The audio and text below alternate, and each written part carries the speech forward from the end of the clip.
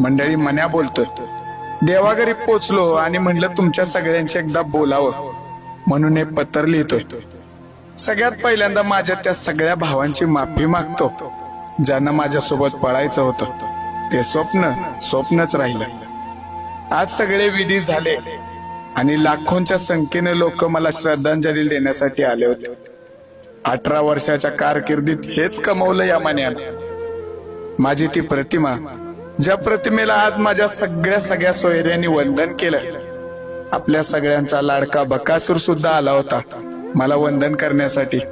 हे बघून असं वाटलं की मने आज तुझ्या जीवनाचं सार्थक झालं. इथं देवाघरी आल्या आल्या पंढरपूरच्या पांडुरंगाची भेट झाली. मी बोललो, विठ्ठला, परत जर जन्म देशील तर याच दावणीला पाहिजे आणि याच लोकांमध्ये पाहिजे. मंडळी, तुम्ही सगळीच माणसं मला त्या देवा